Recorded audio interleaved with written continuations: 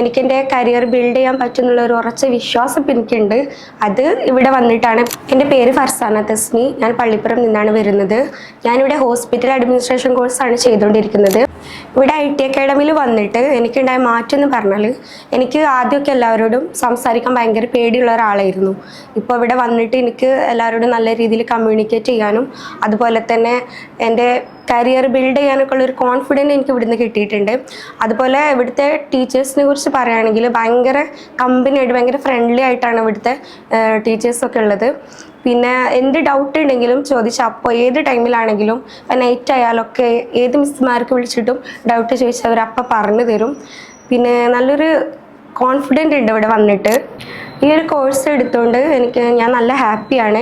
എനിക്കെൻ്റെ career build ചെയ്യാൻ പറ്റുന്നുള്ള ഒരു ഉറച്ച വിശ്വാസം ഇപ്പം എനിക്കുണ്ട്.